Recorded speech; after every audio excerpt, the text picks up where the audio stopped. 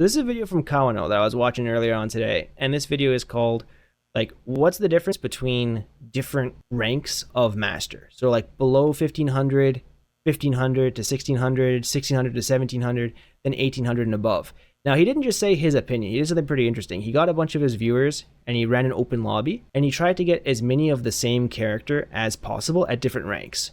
So, like, a bunch of different Akumas. So, he had, like, a 1200 MR Akuma, a 1400 MR Akuma, 1600 MR Akuma, then a Grandmaster, Ultimate Master Akuma, and then, like, there's him, who's, like, Legend Akuma, right? And then he got different Akumas to fight each other. So what we're going to do is we're going to take a look at this really quick. This is the 1200 MR, 1022 versus 1470. So guys, we're going to watch this a little bit, and you guys tell me, what do you notice about these two players? What are the differences you see in their play?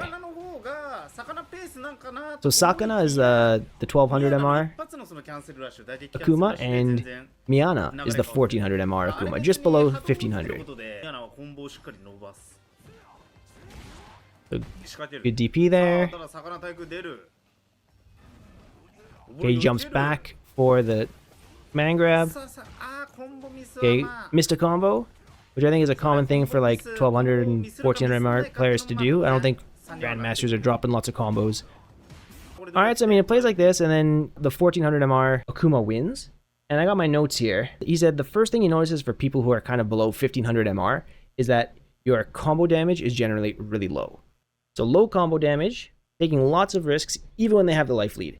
They be whiffing lots, especially things like crouching medium kick for characters that have like drive cancelable crouching medium kicks. They be whiffing like left, right, and center, is what Kawano's saying. Them and their opponent. Burning themselves out in ways that don't make sense, like in a situation where it doesn't help you win the match. Just burning yourself out for no reason. Just throwing out crazy OD moves, drive rushing too much, things like that. People like this also throw out tons of high-risk moves, kind of like Akuma's standing hard kick, which was in that video. And then also, when they fight higher-ranked players, this is the last thing. These kind of players below 1500, they don't know how to choose the right defensive option to beat their opponent's default pressure game plan. That can mean either they don't understand what the correct answer is because they just don't know, or they're not able to identify what to do in a given situation. Then we have 1600 and above, and we're going to watch a bit more of this video.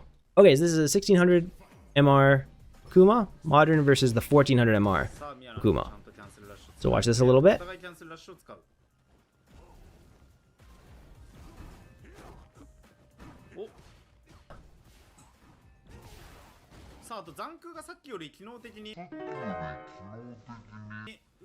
Alright, this is an important one. Kawano was saying that people at 1600 and 1700, they start to think about what their opponent is thinking of. And they're able to kind of anticipate what their opponent thinks they are going to do and create counterplay by either feinting something or doing the opposite action of what their opponent is expecting from them. Okay, then this player is also kind of identifying that this Miyana player, the 1400, doesn't really know how to anti-air the Demon Raid stuff. To be fair, anti-airing Demon Raid always sucks at any level, so it's not like this person's really doing a terrible job, but you should be able to stop some of them if he's just like doing it over and over again, right? And there you go, there's the shimmy again, walk back, standing heavy punch, incredibly strong from Akuma, but just playing really well, really textbook, you know, no wasted movement, going for frame traps. Then this goes back and forth a bit. We're not going to watch this whole thing. All right, and just kind of an interesting thing. The 1470 MR player ends up beating the 1600 MR player in this little Kawano experiment. And this guy, his name is Miyana, or guy or girl, I don't know. But this Akuma player, Miyana, in the set actually had like crazy perfect parries. Like really, really good. Kawano getting hype. Yeah, he's kind of like surprised the 1400 player beat the 1600 player, but that's how it be sometimes when you're running these kind of things. I know it's the content creator curse. So number one thing that people from 1600 to 1700 do is, so you sort of think about what your opponent is thinking, like in terms of what are they going to do against you and things like that. And then you counter it either by presenting a different option or just doing something completely different altogether, like the opposite thing. And then your reads in general against your opponent are better than the ranks below that. Jimmy pressure. Also light attacks.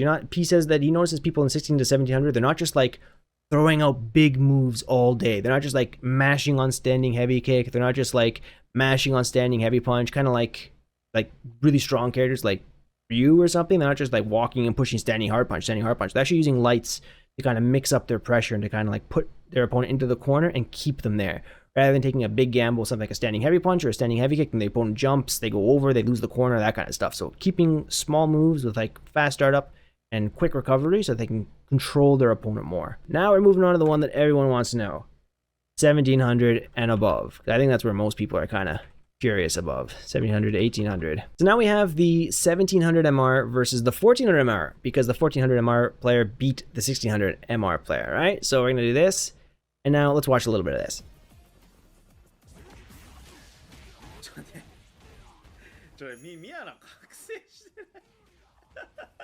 He says, Miyana has awoken. He's like, what happened, man? How did you awoke your sixth sense kind of thing? You're playing like crazy. And he's also saying he's learning how to copy the other higher level Akumas really quickly. He says copy in a good way though. You're like stealing their tech. You're stealing their movement patterns. Alright, then the classic, the drive rush overhead. That opens anybody up. But you see how this... see, this is really important here. See? This is what, to me, looks like a strong player, like 1700 and above. Look at how controlled this is from the Sakuma player. Okay?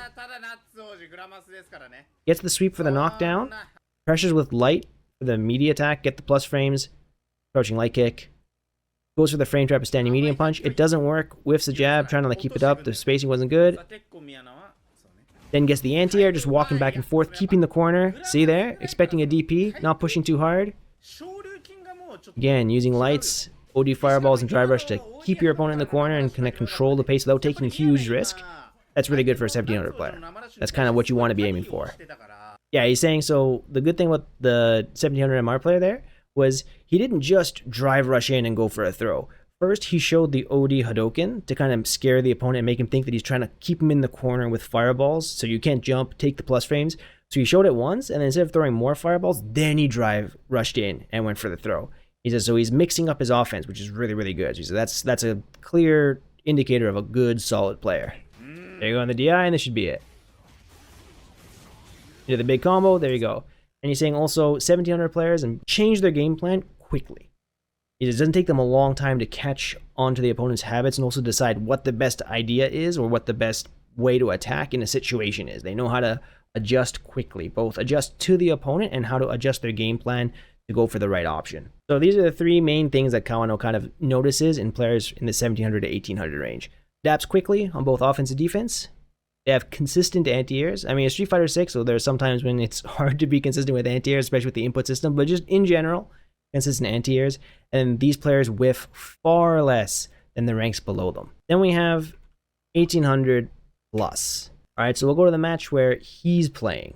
All right, so he fights a 1855 MR Luke. So this is actually Kawano playing now. This isn't him with his viewers, this isn't anything like that. He's playing now. So let's watch how he plays and what a 2176 MR tournament level Akuma does against a good 1800 MR Luke player. And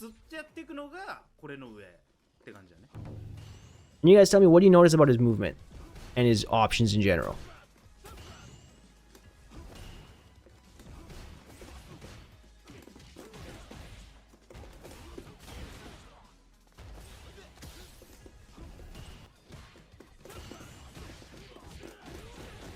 Nice perfect parry on the Luke fireball there.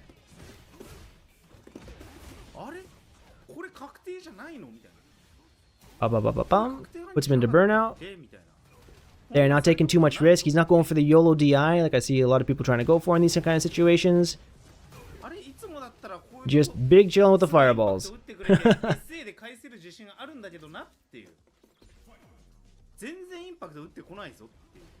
Yeah, he's saying, see, I'm not throwing impact at all. He goes, I'm just throwing fireballs. I'm not going to do impact. I'm not going to do drive impact. You can react with a level 1. Nope. He's being a little sarcastic here. The way he's talking. He's like, oh, what? Something strange. He's talking like from the perspective of this player. He's like, what? Why did my anti-air work? What's happening? He's like, I have all this confidence to put my opponent in the corner and keep them there. But, whoops, what's this? He's saying, yeah, he decides in those kind of situations to like walk forward and then jump. Not just jump, but walk forward and then jump. And then he doesn't push a button. Because if you push a button, you can't block the frame you hit the ground. So he just walks forward, jumps, throws off his timing, blocks the DP because he's not pushing a button, and then gets out of the corner in a safe way. Then the classic wakes up with a level 2 and dies. Okay. Oh, he said, okay. Then he said parry, but he didn't parry. He did an OD reversal.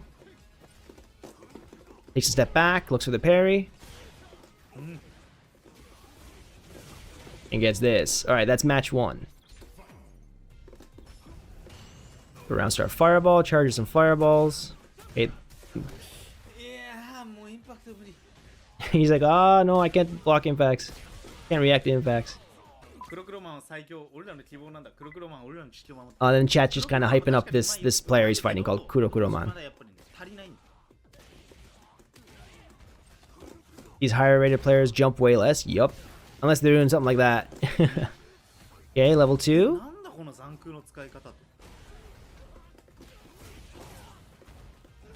Safe jump into DI.